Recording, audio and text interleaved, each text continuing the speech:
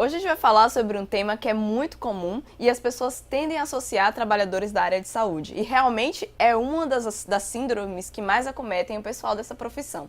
Então hoje a gente vai falar sobre burnout. Esse nome burnout ele vem do inglês, como a gente pode perceber, e ele significa queima ou combustão total. Então a gente já vê que é um termo que associa a um esgotamento de alguma coisa, né? Esgotamento daquela energia. E é realmente isso que ele quer dizer. Ele começou a ser estudado na década de 70 por um pesquisador chamado Freudenberger, e ele estudou como o burnout está associado ao trabalho. Então, ele percebeu que essa síndrome é uma combinação do esgotamento da energia individual associado a uma frustração profissional que dava origem ao burnout. E isso é muito interessante da gente ver, porque essa relação é o que a gente observa em muitas das relações de trabalho atualmente. Então tem algumas coisas que a gente tem que entender melhor. Esse é a definição específica de burnout e diz que é um distúrbio psicológico, geralmente precedido de esgotamento físico e mental associado a atividades profissionais. Então o burnout é associado ao seu trabalho. Então, se você sente que está em um momento da sua carreira profissional, do seu emprego, em que você realmente não aguenta mais, pode ser que você esteja demonstrando alguns sintomas. E a gente vai falar um pouco sobre esses sintomas agora. Então, os sintomas mais comuns são a fadiga persistente. Então, não é só chegar em casa cansado, mas é realmente aquela fadiga que é muito forte, é persistente. Você não tem mais energia para fazer nada. E aí começa também uma indiferença relacionada ao trabalho. Então, o seu desempenho que antes era alto, ele cai, porque você tem uma redução desse desempenho. E você também começa a ter um distanciamento afetivo, não só em relação ao trabalho, mas também em relação ao seu meio social. E é muito importante salientar que esses fatores também são influenciados, claro, pelo ambiente de trabalho. Então, fatores organizacionais são importantes para determinar como se desenvolve essa síndrome. Então, a sobrecarga de trabalho, a falta de autonomia e principalmente a falta de suporte para a realização das atividades. Então, se você está trabalhando naquela organização que você não tem suporte para fazer nada, há uma cobrança excessiva, uma sobrecarga de trabalho excessiva, você trabalha horas excessivamente, então tudo isso contribui para o desenvolvimento. Quer dizer que todas as pessoas que trabalham nessas condições vão ter burnout? Não necessariamente, mas são condições que aumentam a probabilidade de que isso possa ocorrer. Existem algumas características que a gente deve trabalhar um pouco melhor para vocês entenderem o conceito.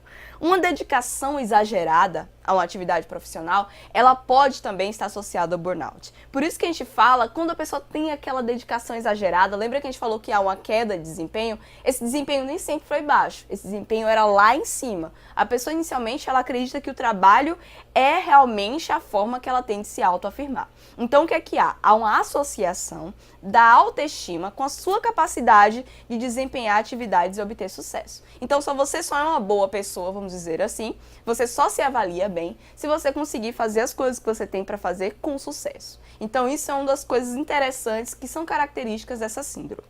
Outra coisa também é que a falta de reconhecimento por parte da organização é um fator importante. E aí, mais uma vez, a gente traz em voga que os fatores organizacionais também são associados à síndrome. E aí a gente tem uma inversão de coisas, porque antes aquele alto desempenho que era positivo, então a maioria do início desse momento aqui é meio que positivo, vou colocar o maisinho para simbolizar isso, se torna negativo. Por quê? Porque esse alto desempenho, essa necessidade de sucesso se torna uma espécie de compulsão. Você fica obstinado para ter esse sucesso. E com isso, se você não consegue, sua autoestima é associada a isso, sua autoestima fica lá embaixo. Então é importante ver como o contexto se configura para a gente entender bem essa síndrome. Existem alguns estágios que são descritos na literatura que descrevem mais ou menos o caminho que é seguido até chegar no esgotamento físico e mental. A gente vai falar sobre eles, mas vocês podem pesquisar com mais cuidado para ver o que é que eles querem dizer. Então, o primeiro passo aqui nesse estágio, são 12, é a necessidade de autoafirmação, que a gente falou um pouquinho lá atrás. Logo depois vem essa dedicação intensa. Lembre-se que a autoestima está associada ao seu sucesso. E aí a gente tem um descaso total com as necessidades pessoais. Você deixa de sair com os amigos, deixa de ter lazer, e aí você começa a ignorar os sintomas. Você sente que tem algo errado na sua vida, mas você acha que aquilo não tem relação nenhuma com o que você está fazendo. Com isso, você entende que o trabalho é a sua única forma de autoestima. Você esquece todas as outras formas de se tornar uma pessoa que se autoavalia de uma maneira boa e acredita que o trabalho é a única forma que você consegue ter essa boa avaliação de si mesmo. E aí você começa a negar os problemas, você nega que tem esses problemas, tudo não está ocorrendo, são coisas que, na verdade, não estão agindo negativamente em relação a você. Começa um isolamento forte, que é o próximo passo aí. Você começa a se isolar das suas relações pessoais, que já começaram desde aquele momento que você estava com descaso. E você muda o seu comportamento. Seu comportamento não é mais o mesmo. Você realmente já começa a modificar a forma como você interage com as outras pessoas. Com isso vem uma despersonalização, vem um vazio interior que acaba levando à depressão. E o último desses passos é realmente o colapso físico e psicológico. E nessa fase aqui, nesse estágio, que já é um estágio extremo, você realmente está precisando de ajuda psicológica e muitas vezes ajuda médica. Então é realmente uma síndrome muito importante. Nós devemos conhecer com cuidado e entender o caminho que pode levar até esse para justamente prevenir a ocorrência dessa síndrome. Aqui eu trouxe uma questão só para a gente treinar esse conceito que a gente aprendeu hoje e ver se vocês conseguem entender bem as características em volta do burnout. Muitas mudanças no mundo de trabalho constituem um cenário de risco para o bem-estar e para a saúde mental e física do trabalhador, favorecendo o desenvolvimento do estresse ocupacional e do burnout, que se configura como uma resposta multidimensional ao estresse, caracterizada por comportamento e atitudes negativos em relação aos clientes, ao trabalho e também à organização. Trata-se de síndrome constituída pelas dimensões exaustão emocional, despersonalização e aqui a gente tem as opções.